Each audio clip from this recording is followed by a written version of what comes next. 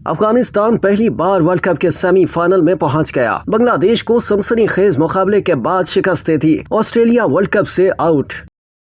کئی بار کی champion Australia world cup سے باہر ہو گیا۔ افغانستان تاریخ رقم کر کے سیمی فائنل میں جا پہنچا۔ T20 ورلڈ کپ کے اہم میچ میں افغانستان نے بنگلہ دیش کو ڈک ورتھ لوئس سسٹم کے تحت 8 رن سے شکست دے دی اور یوں افغان ٹیم تاریخ میں پہلی مرتبہ کسی بھی ورلڈ کپ کے سیمی فائنل میں پہنچ گئی۔ T20 ورلڈ کپ کے سیمی فائنل میں اب افغان ٹیم کا مقابلہ جنوبی افریقہ سے ہوگا۔ افغانستان نے بنگلہ دیش کو جیت کے لیے 116 رنز کا ہدف دیا تھا۔ بنگلہ دیش نے سیمی فائنل میں کوالیفائی کرنے کے لیے ہدف 12.1 اوورز میں حاصل کرنا تھا۔ تاہم بارش سے کئی مرتبہ متاثر ہونے والے اس میچ میں بنگلہ دیش کی ٹیم 17.5 اوورز میں 105 رنز بنا کر آؤٹ ہو گئی۔ T20 ورلڈ کپ کے 52ویں میچ میں گروپ 1 کی ٹیمیں افغانستان اور بنگلہ دیش کنگز ٹاؤن میں مد مقابل تھیں، جہاں افغانستان نے ٹاس جیت کر بیٹنگ کا فیصلہ کیا تھا۔ افغانستان نے مقررہ 20 اوورز میں 5 وکٹوں کے نقصان پر 115 رنز بنائے۔ رحمان اللہ گرباز سب سے زیادہ 43 رنز بنا کر نمایاں رہے۔ کپتان راشد خان 19، ابراہیم زدران 18 اور عظمت اللہ عمر